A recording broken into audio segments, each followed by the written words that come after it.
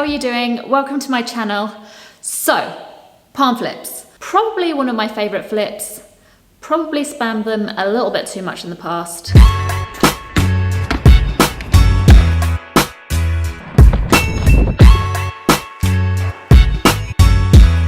But hey ho, it's a great flip. And today I'm going to be telling you how I palm flip. But I did want to preface this video by saying there are lots of methods to palm flip. I know a lot of people are very fond of keeping your arms straight and pulling down on the wall and kind of treating it like a Kong gainer up the wall, which honestly just sounds terrifying to me. And I personally hate that method, but I know it works well for some people.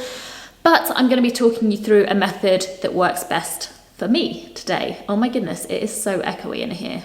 First of all though, I will say if you can't yet standing back flip, then go away, learn that. You need to be really competent with your back flip before trying to learn to palm flip. And not just any old back flip, really you want to be able to back flip where you jump upwards first and then get your rotation by bringing your knees up over your shoulders, rather than the type of back flip where you just chuck yourself backwards straight away, because that's going to make it quite hard when you come to learn a palm flip. So yeah, go away, learn that.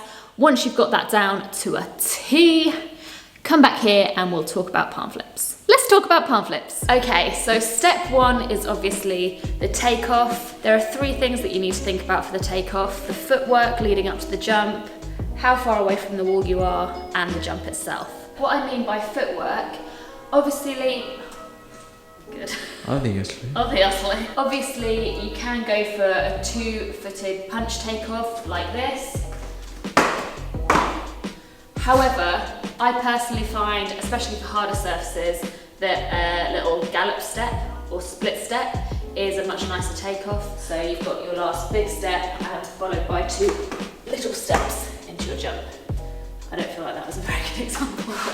Let me just do one good gallop step, split step, gather step, whatever you want to call it.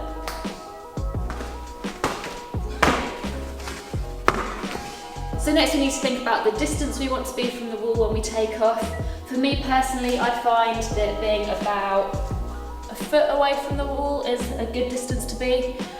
If you did end up being a little bit closer, it's not the end of the world. I would definitely rather be slightly too close to the wall than too far away. If you're too far away from the wall on takeoff, you're diving into the wall, you're probably going to gainer into it, probably going to hit your feet on the wall. So I don't recommend that. So then for the jump itself, for a palm flip, you want to be jumping vertically upwards. You don't want to be travelling into the wall. Obviously there are variations of a palm flip where you jump reaching for a wall and then palm flip, but if you're literally just doing a palm flip against a normal wall like this with a normal takeoff, then you just want to be jumping vertically upwards in front of the wall. So as you come into the wall, you've got your split step and the vertical jump upwards. As for your arms, you want to be swinging your arms, but you're going to block them just at shoulder height. So rather than bringing your arms all the way up, you're going to block them here. So now that you've got your takeoff sussed, the next thing to think about is your push away from the wall. Now there's two things to think about here. The first is the timing of when to push, and the second is the placement of your hands on the wall. So when it comes to the timing, essentially you want to push the wall when you reach the top of your jump. But what I found is that I actually like to push away from the wall just a fraction of a second before I reach the top of my jump.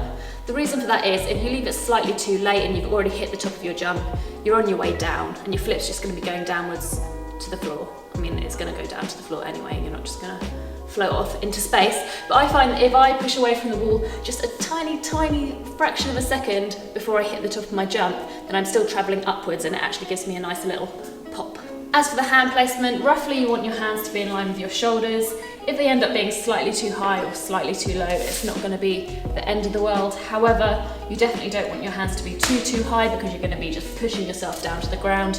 Equally, if your hands are too low, you're just not going to get a very good push. Your hands might even just slip on the wall.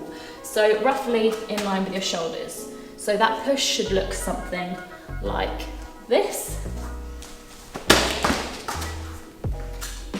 I'll show you again because that wasn't actually very good.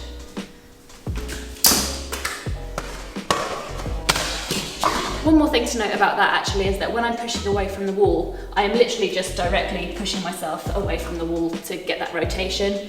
I'm not trying to pull down on the wall. I'm not trying to I don't know what else you might think I was doing, but I'm literally just directly pushing away from the wall, trying to gain that rotation. Right, so we've got the first half of the move down to a T. Now we just need to add the back flip.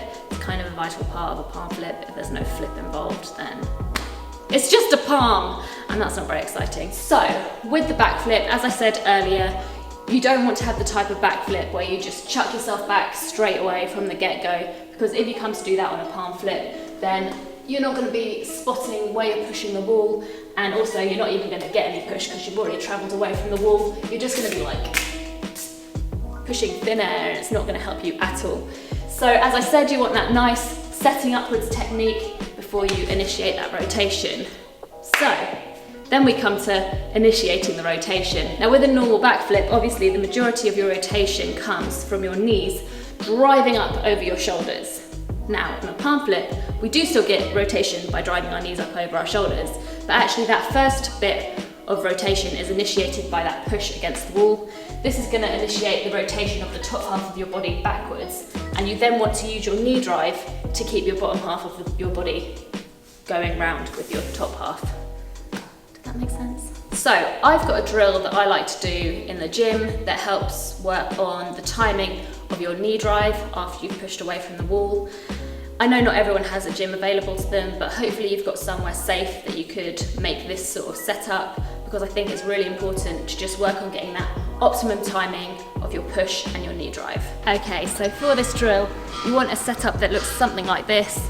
I've got a typical gym red block and a couple of crash mats, but you want something that comes roughly up to hip height.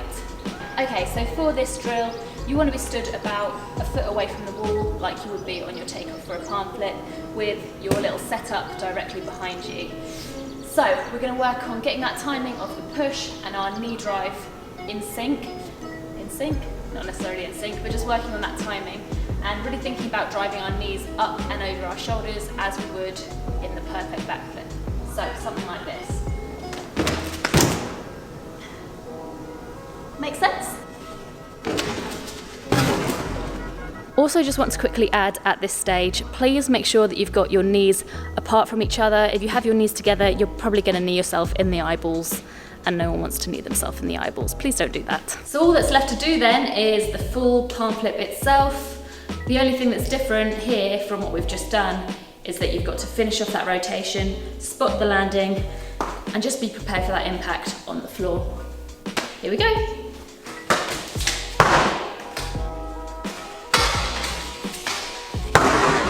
So that's it. Now you know how to do a palm flip.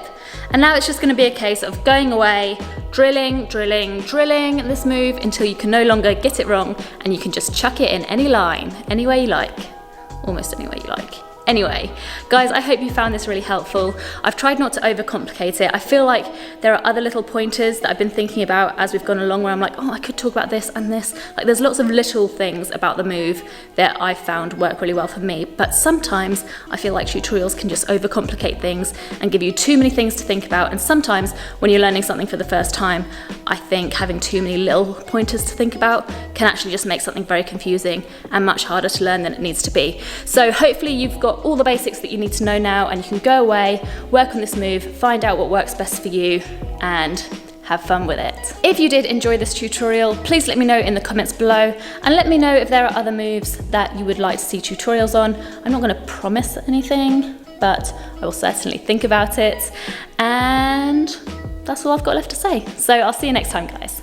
Whoa, before you go, I just want to take a quick moment to talk to you about Fight or Flight Academy's online platform that they're creating, which I'm going to be a part of. I'm going to be running some masterclasses on that platform, which I guess they'll be sort of similar to the video you just watched, but 100 times better, like way better quality and just put together a lot better than this video was.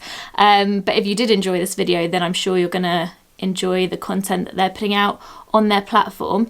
But in order for Fight or Flight to be able to make the platform as amazing as we know it can be, they've set up a Kickstarter page that you can go and pledge to actually help fund the online platform, and in return you'll be given lifetime access to the platform, which when it's all up and running there'll be a monthly subscription fee, so you'd actually be getting a very good deal. I'm excited about it. I think it could be absolutely huge, and I hope you guys agree. So what I'm going to do is I'm going to put a link in the description to this video with the link to the Kickstarter page. So you can go and check that out, read more about it on that page, and hopefully you want to get behind that. So yeah, I think that's all I had to say on that, and I'll see you next time, guys. Bye!